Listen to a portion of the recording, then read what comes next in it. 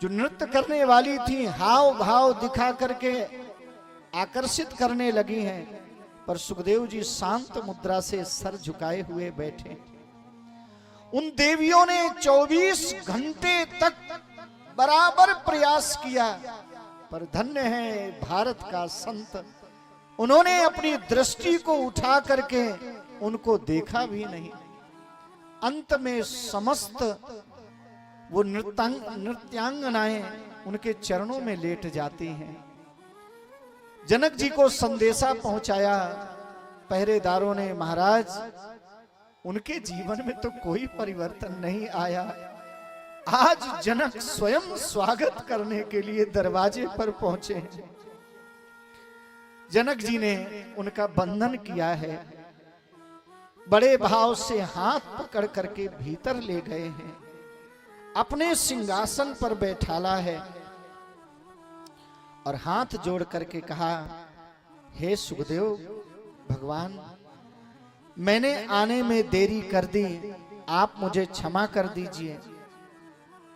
मैंने आपके साथ में व्यवहार इसलिए ऐसा किया, आपके पिताजी की यही आज्ञा थी।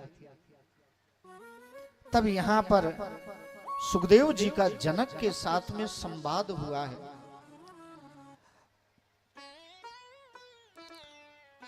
सुखदेव गुरुदेव कहते हैं, राजन, गृहस्थ आश्रम में रहते हुए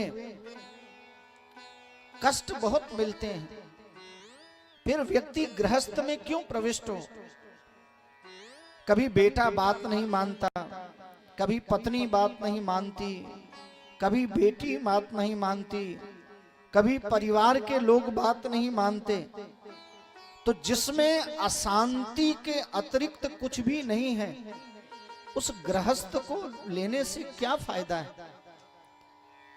जनक जी कहते हैं, क्षमा करना, गृहस्थाश्रम संस्थोपि शांता सुमतिरात्मवान्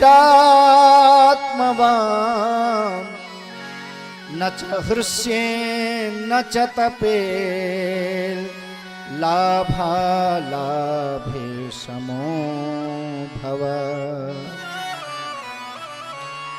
महाराजा जनक कहते हैं, सुखदेव जी,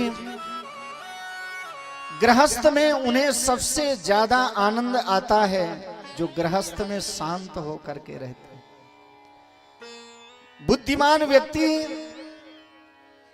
लाभ में भी प्रसन्न रहता है और हानि में भी प्रसन्न है।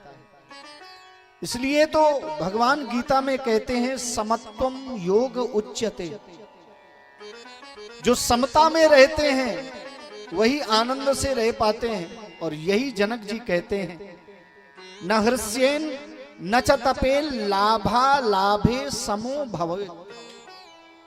जो लाभ और अलाभ यानी हानि और लाभ में समता के साथ में रहता है, दोनों अवस्था में शांत रहता है, वह गृहस्थ में आराम से निवास कर सकता है। न देहो न च जीवात्मा नेन्द्रियाणि परं तपो मन एव मनुष्याणां कारणं बन्ध मोक्षयो। महाराजा जनक कहते हैं, देखो सुखदेव जी, यदि आत्म स्वरूप से विचार किया जाए तो आत्मा में कोई बंधन नहीं है। बंधन आत्मा में नहीं है, बंधन शरीर में है। और शरीर में बंधन तभी होता है जब मन नियंत्रित नहीं होता। सुख दुख हानि लाभ मान अपमान यह मन के प्रभाव हैं, आत्मा के प्रभाव नहीं है। और यह सारे गुण मन में व्याप्त होते हैं, आत्मा में व्याप्त नहीं होते। और कभी विचार करो, यदि हम आत्म स्वरूप से विचार करें कि हम ब्रह्म हैं, तो हमारे अतिरिक्त दुनिया में कोई सत्ता ही नहीं है। ब्रह्म से अतिरिक्त जब कोई और है ही नहीं, निज प्रभु में देखहि जगत कहीं सन करहि विरोध। जब हमारे अतिरिक्त कुछ है ही नहीं तो फिर विरोध किससे और अनुरोध किससे? तो राजन, अपमान शरीर का होता है, आत्मा का अपमान नहीं होता। विना तपम ही छाया